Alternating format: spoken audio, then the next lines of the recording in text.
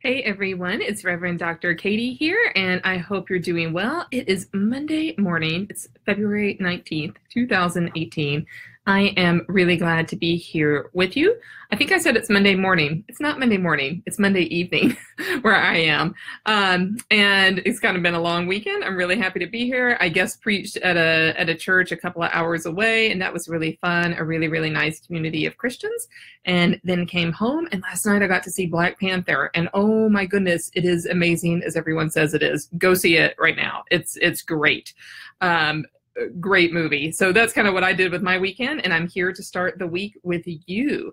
So we had a really important question come up over the weekend, and the question is it a sin to use tarot cards? So T-A-R-O-T, sometimes pronounced tarot, sometimes pronounced tarot. I think either way is fine. I'm going to say tarot. And so this question came up. It's a really good question, and it generated a lot of discussion. And I really sensed underneath the question a lot of other background and feeling and history and stuff coming up for people on all sides of this equation. So I want to actually get to the question that's not being asked first, and then we'll get to the question of, is this sinful or not? Because we could replace the word tarot with almost anything. Is it a sin to do dream work? Is it a sin to do angelic work? Is it a sin to use Reiki? Is it a sin to engage in essential oils and healing practices? Is it a sin to do any kind of energy work? You name it.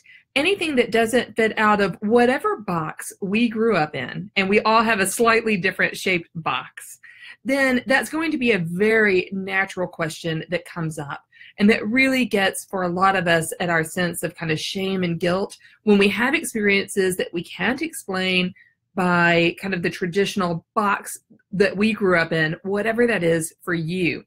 So often we ask this question because we're starting to experience this expansion, and this expansion is pushing at our limits of what we're okay with, and I get it. I've been there.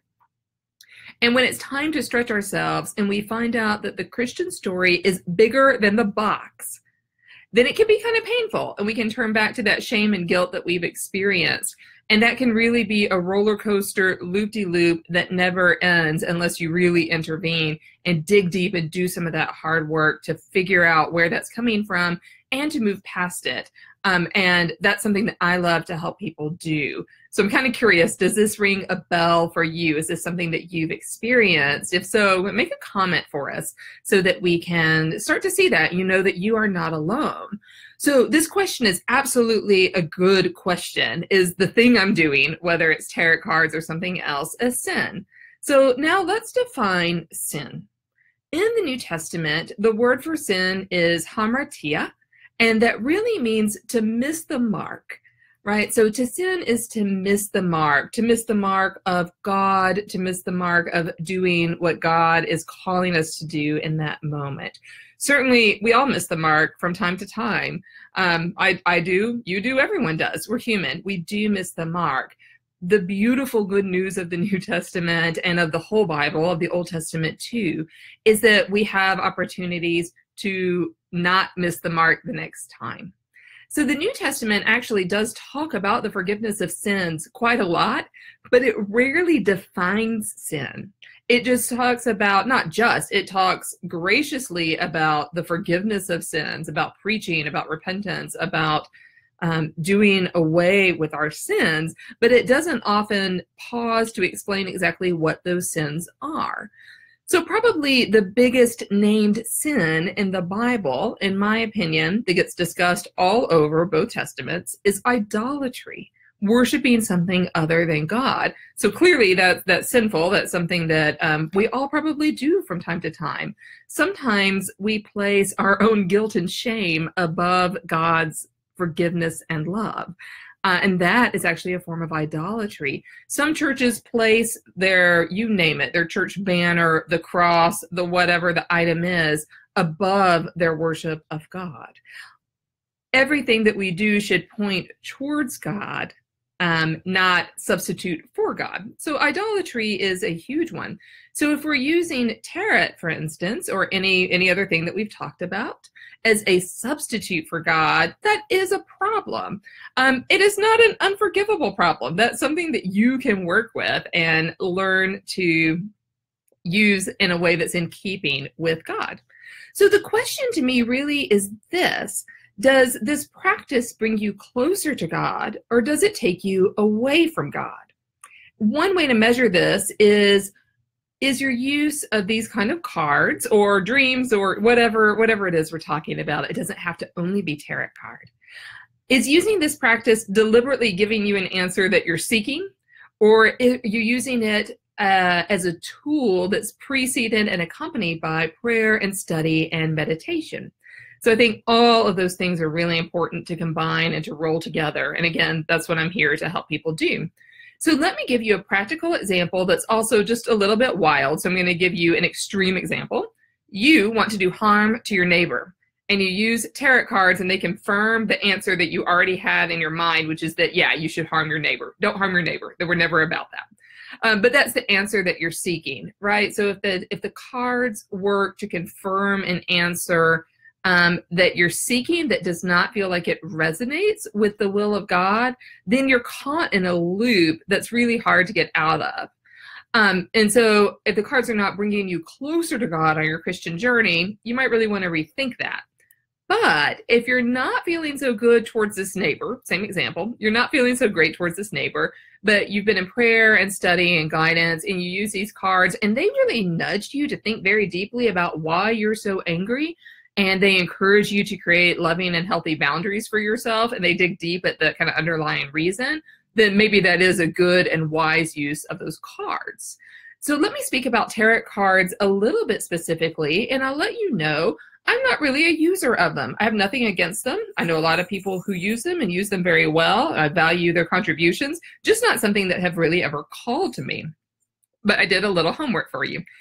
Tarot cards were developed in the 15th century as playing cards, like we use cards to play spades or something like that. They didn't become used in the spiritual circles actually until the very late 1700s. And then they were mistakenly attributed to like teachings from ancient Egypt. That's been almost completely debunked. Today, tarot cards have lots of different varieties and lots of different uses. You can explore that if that's of interest to you. I do use angel cards from time to time. And if you look back on my YouTube channel or on my blog, you'll see quite a few videos where I draw angel cards and I explain them. And I teach people in my program how to use them and how to use them correctly and how to use them in ways that are, I believe, accompanying our spiritual journey. And I do think that they can be valuable resources in daily living. But cards should never, ever substitute for our prayer or our time with God. They should always point us towards deeper time with God. And I find that when some people use cards for every single decision they make, they really start to lose meaning. And so that can be a little bit of a problem. But again, you can learn to use these and use these wisely and use them in ways that contribute to your spirituality. Okay, so then you probably have questions about, does the Bible talk about tarot cards? Well, no, it doesn't, because they weren't invented yet. They weren't invented until the year, until the 1400s. So the Bible does, though, talk about idolatry. So again, these cards should never be placed above God or our relationship with God. People do point to a few specific verses, but those are usually taken very out of context. So if you have questions about that, just email me individually.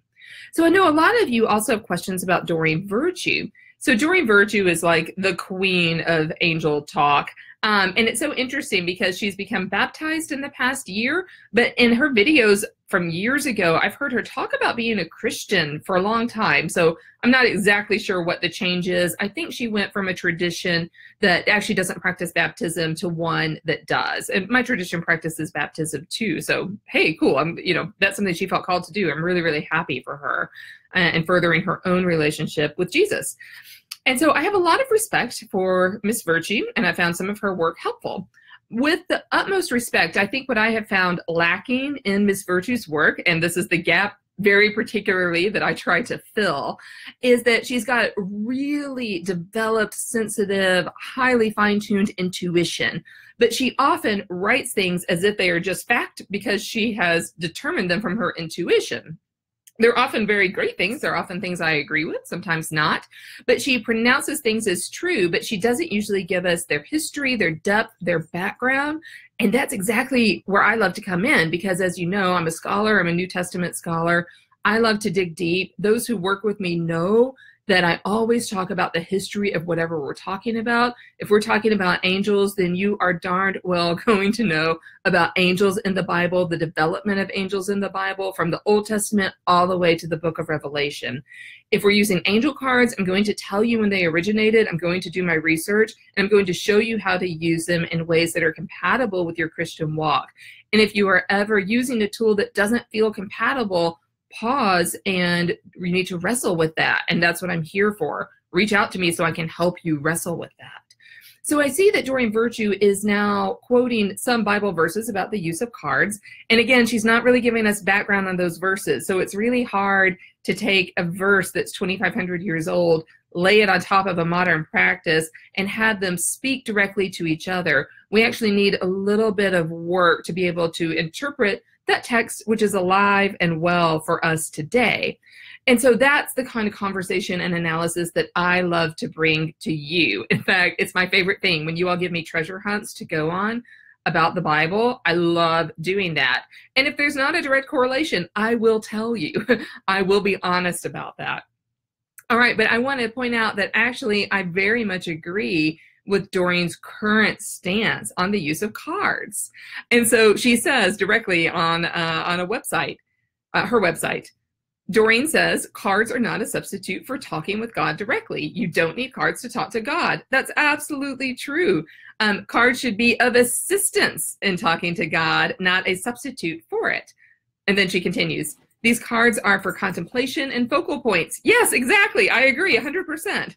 When you draw a card, pray for divine guidance about how it's relevant to your life right now. Yes, exactly. That's exactly what we do. That's exactly what I teach. And then she goes on a little bit from there. So if you are ready to put away the guilt and the shame that can riddle and impede your Christian walk, if you're ready to engage your curiosity, if you're ready to pursue your own transformation and growth without giving up your Christian faith, please private message me because I would love to talk to you so I can serve you more in this way. So this has been a big one. I've really enjoyed it. I would welcome your questions. I see some comments coming in. Great to see all of you. I'll stick around just for a minute or two online, and then I can answer any questions that you have. So you all have beautiful, beautiful nights, and I will talk to you pretty soon. Okay? Bye-bye.